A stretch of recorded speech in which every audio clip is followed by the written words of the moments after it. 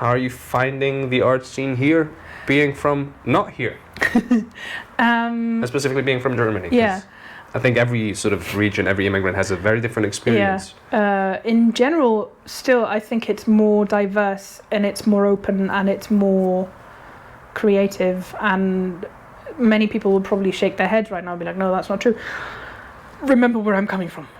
Like, you know, compared to that, this is pretty good. But yeah, obviously. And also, this is based on your experience. I'm not expecting you to give me a thesis. I'm expecting your personal lived experience. It's difficult for me personally for several reasons. Right. I call them the 3 Fs usually, because I'm female, which means there are more parts for men than for women. Changing luckily or now. women identifying people, female identifying people. So that's an issue. It's still an ongoing thing, but there's been some progress. Yeah. I'll say that. Also, I'm foreign, so I would argue my accent isn't that bad, and especially if I'm given a script, I'm relatively good with accents. That I can emulate them, and I learn them very easily. I've got a musical ear because of all of that training. So all the music. Yeah, and that helps.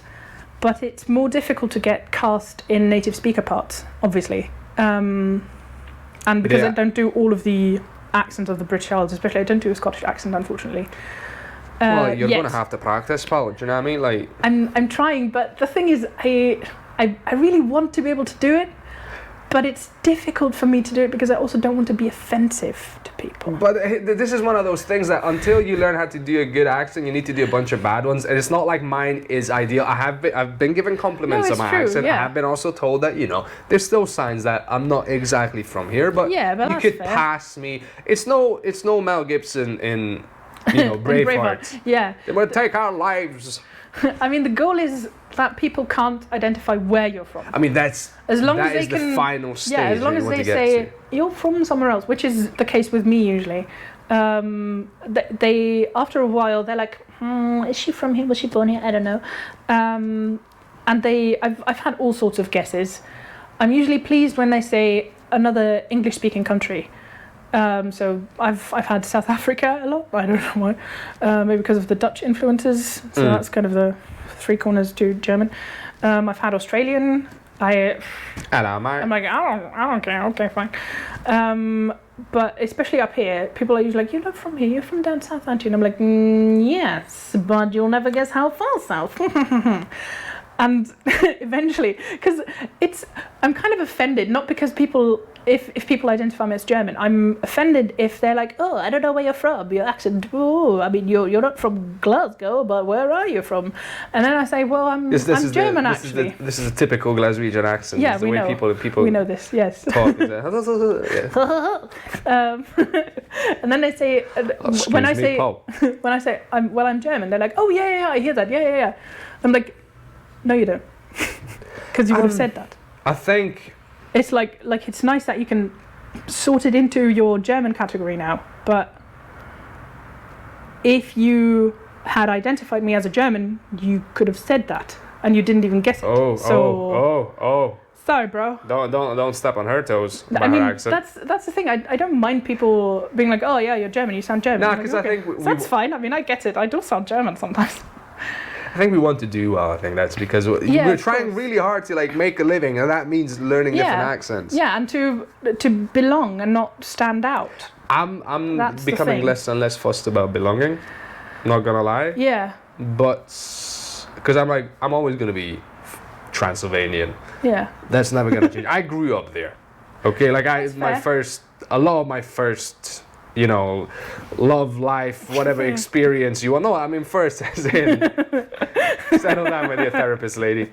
It's just like my first book, my first cake, the entire life. Yeah. You know, I've came here as a more or less not fully foreign person because you keep changing, but as an adult. Yeah. So I will never shake that. Yeah. And I don't want to either. Yeah, and that's fair. But I still want to be able to maneuver myself, you know, in this space. Yeah, I think it's slightly different for me because I never really felt like I belonged over there. Not really. I felt at home in places, and especially with my friends. but I never really felt like these are my people. You know, I've only really had that here. So when people tell me, oh, I didn't know you were from somewhere else, that's a huge compliment for me, you know, because it means you are not different. And to me, that's a great compliment, because it is something, oh, this is getting really deep. That's something that means a lot to me, saying to me, you belong. Yeah. And where were we? Yeah, the third F. It's like, so that's right. foreign. Yes. The second F. So Female foreign. yeah, so obviously I have been cast as the Nazi, which I've been cast as the mysterious German criminal of some sort. Yeah, and that's what happens. I mean, I'm fine doing a German accent for the camera. They say German, or I mean, stage or something. European. It doesn't matter. It's the same thing. I mean, they're all Russians. Who cares? The accents are funny because they do get blended into one. It's like you go far enough east, everybody talks like this. Yeah, I can do general Eastern European, but it's not directly one specific country. Although I do have ancestors in Poland, in Silesia. Yes, which is German. Yes, it used to be Prussian, but now I think where I am from today is Czech Republic. I don't know. I'm not sure. But yeah, I can do generic Eastern European. But if I get asked to do a German accent, I don't mind it. I can do several degrees, or from just a slight, like the inflection is a bit different, or the sounds get muddled a bit. Or I can go full Three Pigs from Shrek, hat die Hoofd, hat die Poeft, hat die Blusehaus down.